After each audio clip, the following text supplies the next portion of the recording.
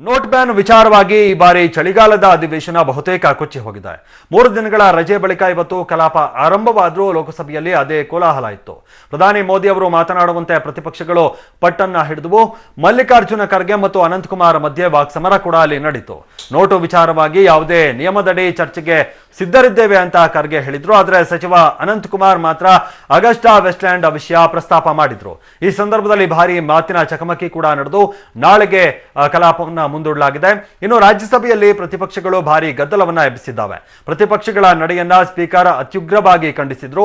2-3 ಬಾರಿ ಕಲಾಪ ಮುಂದೂಡಿಕೆಯಾಗಿ ಕೊನೆಗೆ ನಾಳೆಗೆ ಅಡ್ಜರ್ನ್ ಆಯಿತು. ಇನ್ನು ಕಲಾಪ ಆರಂಭಕ್ಕೆ ಮುನ್ನ ಸಂಸತ್ ಎದುರು ಪ್ರತಿಪಕ್ಷಗಳು ಪ್ರತಿಭಟನೆಯನ್ನ ನಡೆಸಿದ್ವು. ಕೋಲ್ಕತ್ತಾದಲ್ಲಿ ಟಿಎಂಸಿ ಸಹ ಪ್ರೊಟೆಸ್ಟ್ ಮಾಡಿತು. ಇನ್ನು ಸಂಸತ್ ಕೋಲಾಹಲಕ್ಕೆ ಬಿಜೆಪಿ ಹಿರಿಯ ಸಂಸದ ಎಲ್.ಕೆ. ಅಡ್ವಾಣಿ ಅವರು ಮತ್ತೊಮ್ಮೆ ತೀವ್ರವಾದಂತಹ ಆಕ್ರೋಶವನ್ನ ವ್ಯಕ್ತಪಡಿಸಿದ್ದಾರೆ. ಇಂತಹ ಪರಿಸ್ಥಿತಿಯಿಂದ ರಾಜೀನಾಮೆ ನೀಡಬೇಕು ಅಂತ ಅನಿಸ್ತಾ ಇದೆ ಅಂತ ಬೇಸರದ ಮಾತುಗಳನ್ನ ಆಡಿದ್ದಾರೆ. ಇದರ ಜೊತೆಗೆ ಮಾಜಿ ಪ್ರಧಾನಿ ವಾಜಪೇಯಿ ಏನಾದರೂ ಇಂತಹ ಸನ್ನಿವೇಶವನ್ನ ನೋಡಿದ್ರೆ ತೀವ್ರವಾಗಿ ನೊಂದುಕೊಳ್ತಾ ಇದ್ರು ಅಂತ ತಮ್ಮ ಪಕ್ಷದ ಸಂಸದರಿಗೆ ಹೇಳಿದ್ರು. ಜನರ ಸೇವೆ ಮಾಡುತ್ತೇವೆಂದು ಭಾಷಣ ಬಿಗಿದು ಕಣ್ಣೀರು ಸುರಿಸಿ ಆಯ್ಕೆಯಾದ ನಮ್ಮ ರಾಜಕಾರಣಿಗಳು ಅಧಿಕಾರಕ್ಕೆ ಬಂದ ಮೇಲೆ ಹೇಗಾಗುತ್ತಾರೆ ಅನ್ನುವುದು ಬಯಲಾದ ದಿನ.